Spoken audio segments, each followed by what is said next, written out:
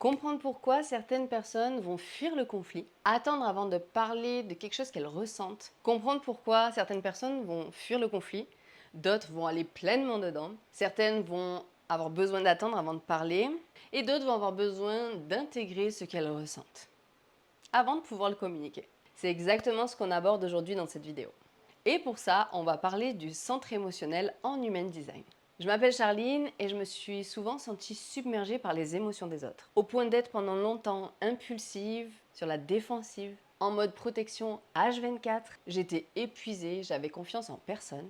Je me disais toujours que les gens ne resteraient pas dans ma vie, et les uns après les autres, ils en sont sortis, jusqu'à ce que je change ce discours. Et pour ça, comprendre l'aspect qu'on va aborder aujourd'hui a été un vrai game changer pour moi, et je suis sûre qu'il va t'aider également. En Human Design, il y a un centre que l'on appelle l'émotionnel. Et ce centre-là, il a plusieurs possibilités. D'une personne à une autre, il va nous permettre d'interagir de manière différente. De mon côté, je suis non émotionnelle, comme nombreuses personnes d'entre vous, à peu près 50% de la population. J'ai remarqué que pendant les conflits, mon premier réflexe, c'était d'éviter de parler.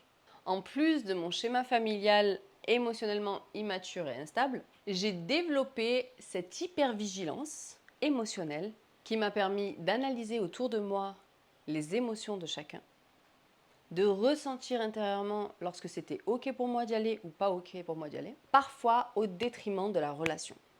Parce que réellement, je ressens tellement tout très fort qu'il est encore, à l'heure d'aujourd'hui, compliqué pour moi de rentrer dans un espace, une conversation, si les émotions sont beaucoup trop chargées. Et quand je parle d'émotions, je ne parle pas de ton de voix, je ne parle pas de positionnement physique, je ne parle pas des mots, mais je parle d'une énergie que l'on ne voit pas. Alors ça peut paraître un peu wou-wou, mais pour les non émotionnels, d'ailleurs si tu es non émotionnel et que ça te parle, dis-moi en commentaire comment toi tu te sens dans ces espaces. Et j'ai eu cette tendance avant de toujours mettre beaucoup de distance avec les gens parce que je ne savais pas parler, je ne savais pas exprimer mes ressentis, je ne comprenais pas la dynamique qui se passait. Je pensais tellement avoir un problème, je pensais tellement ressentir trop fort et de ne pas arriver à connecter avec les autres que je préférais me retirer des espaces. Aujourd'hui, j'ai compris que je n'ai pas de problème, que je suis très bien constituée, que j'ai juste cette capacité à ressentir les émotions des autres, à vivre mes émotions à travers le système émotionnel actif chez les autres. Ça peut paraître un peu foufou dit comme ça, mais mes émotions vont s'activer beaucoup plus intensément lorsque je vais être en compagnie de personnes émotionnelles. Donc, avec le centre émotionnel actif. Car ces êtres-là, ils ont la capacité de ressentir pleinement leurs propres émotions. Mais quand je dis ressentir pleinement, c'est qu'ils le vivent intensément. En Human Design, on appelle ça des vagues émotionnelles.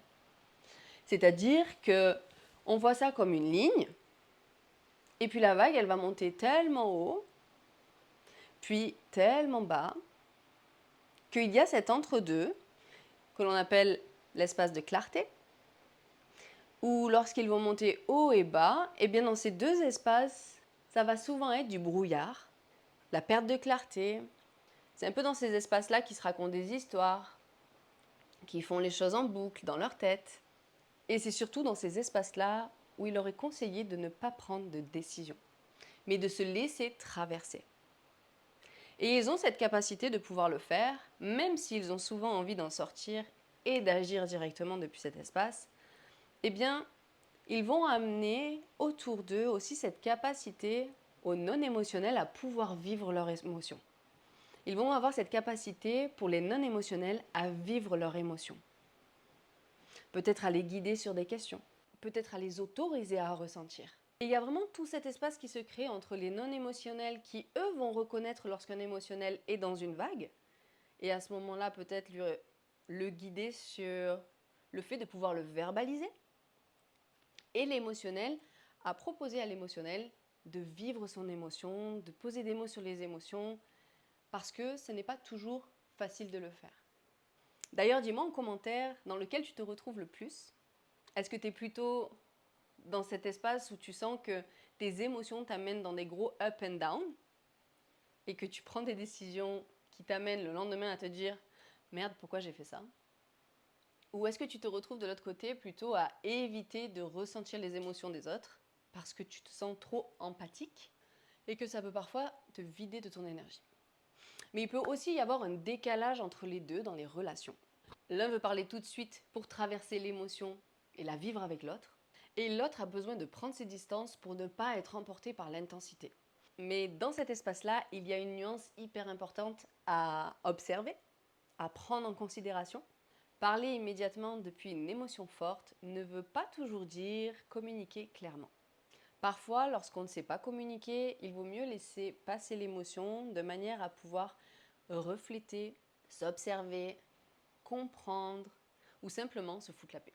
Donc le but, c'est pas d'ignorer ce qui se passe, de fuir l'émotion ou de la déverser sur l'autre. Le but, c'est d'apprendre à créer un espace où l'émotion peut exister, être verbalisée, être communiquée, tout en gardant assez de recul pour communiquer avec conscience, de manière à conserver le lien, à créer une vraie connexion et à communiquer depuis un espace où on est réellement soi.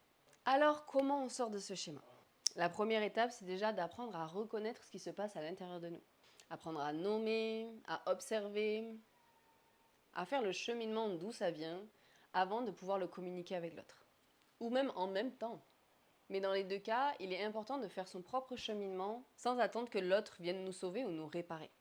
Parce que souvent dans la conversation, on va chercher à se justifier, à expliquer, à être comprise, alors qu'à l'intérieur de soi, le travail n'a pas encore été fait et on est toujours dans cet état de protection. Donc on va parler depuis une réaction de protection. Alors pour ça, je t'invite à te poser ces 4 questions. La première, ça va être qu'est-ce que je ressens réellement maintenant? Qu'est-ce qui m'a réellement touché dans cette situation? Est-ce que je suis en train de chercher une connexion avec l'autre ou simplement de me défendre? Est-ce que je veux exprimer un besoin, ce qui est important pour moi, ou montrer que j'ai raison? Et à partir de là, tu as déjà une trame pour connecter avec toi. Ensuite, pour le verbaliser avec l'autre, tu peux utiliser la communication non violente. Pour ça, je t'ai préparé une vidéo sur laquelle tu pourras cliquer juste à la fin. Et si tu veux aller encore plus loin, j'ai créé un kit de régulation émotionnelle dans lequel tu vas apprendre à traduire ton monde intérieur. T'observer, mettre des mots dessus, accueillir, réguler. Mais ça, je te laisse directement checker le lien qui est dans ma bio. En attendant, je te fais plein de bisous et je te dis à très vite dans une prochaine vidéo.